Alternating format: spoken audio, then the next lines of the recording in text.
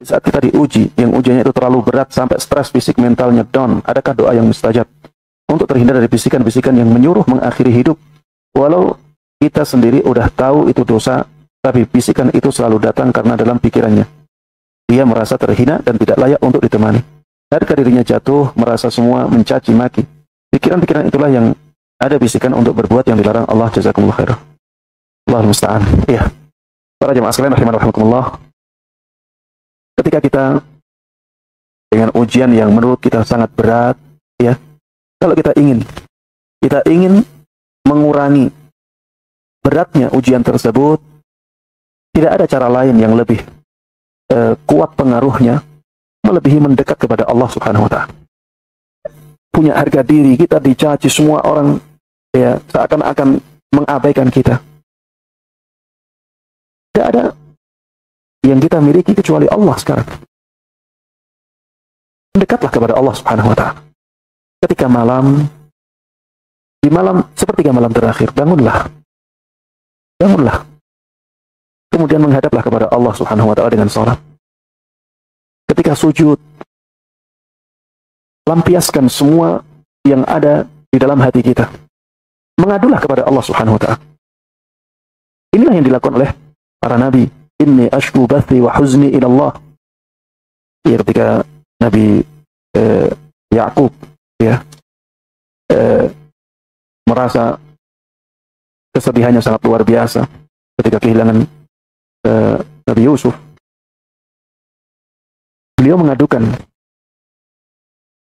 kesedihannya itu kepada Allah Subhanahu wa Ta'ala. Dan memang manusia itu, ya, diciptakan dalam keadaan lemah. Makanya kalau kita ingin menjadi pribadi yang kuat jiwanya maksudnya, bukan kuat badannya, maka mendekatlah kepada sumber kekuatan. Sumber kekuatan itu adalah Allah Subhanahu wa Ta'ala. Ya, kajian kita pada kesempatan kali ini, Al-Aziz, ya, Al-Jabbar, Al-Qawi, ya, kita sebutkan tadi semuanya. Itulah Allah Subhanahu wa Ta'ala yang maha kuat, yang maha berkuasa, yang maha perkasa, yang maha sempurna. Allah Subhanahu wa Ta'ala. Kembalilah kepada Allah. Banyaklah mengadu kepada Allah Subhanahu wa Ta'ala. Bahkan Allah Subhanahu wa Ta'ala itu sangat menyukai seorang hamba yang menjelaskan keadaan dia ketika berdoa. Ya Allah, sekarang aku dalam keadaan demikian. Adukan semuanya itu kepada Allah.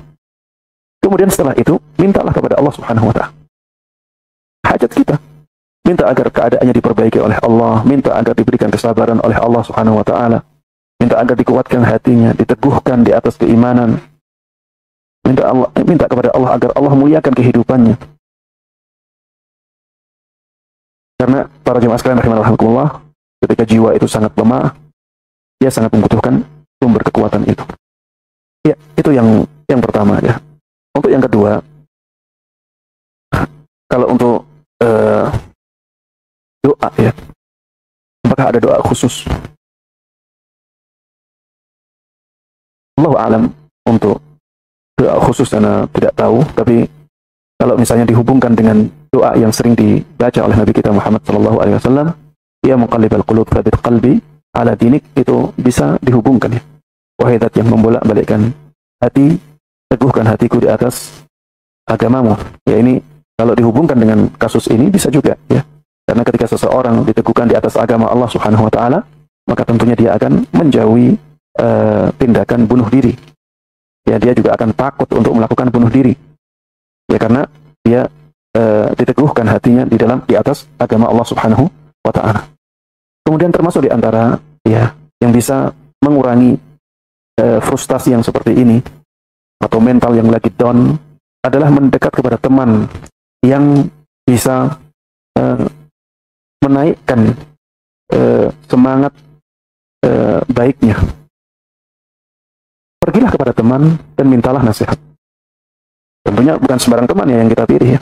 Teman yang bisa memberikan kebaikan kepada kita. Lihat teman-teman kita, misalnya ada teman yang salihah, misalnya kita lihat dia sering hadir di kajian-kajian ilmiah, ya, amalannya juga bagus, ya. Hadir, datangi dia, mintalah nasihat. Karena sekarang lagi butuh nasihat, tolong nasihati saya. Dan minta doa kepada dia juga nggak apa-apa. Minta didoakan, doakan aku ya. Sehingga bisa menjadi penguat bagi diri kita. Kemudian jauhi ya hal-hal yang menjadikan diri kita semakin down. Ya, jauhi sebisa mungkin.